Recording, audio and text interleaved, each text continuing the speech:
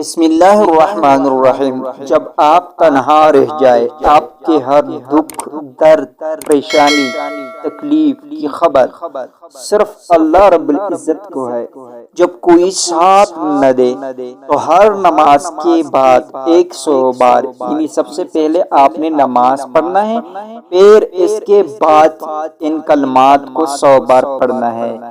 یا اللہ یا خبیر، اول و آخر درود شریف ابراہیمی 11 مرتبہ پڑھے، اور دل کی گہرائیوں سے اپنے رب سے دعا مانگے، انشاءاللہ اللہ رب العزت جھولیاں بھر دے گا۔ سبحان اللہ۔ دوستو، آپ نے بھی اس عمل کو کرنا ہے، انشاءاللہ آپ کو بہت زیادہ فائدہ ہوگا۔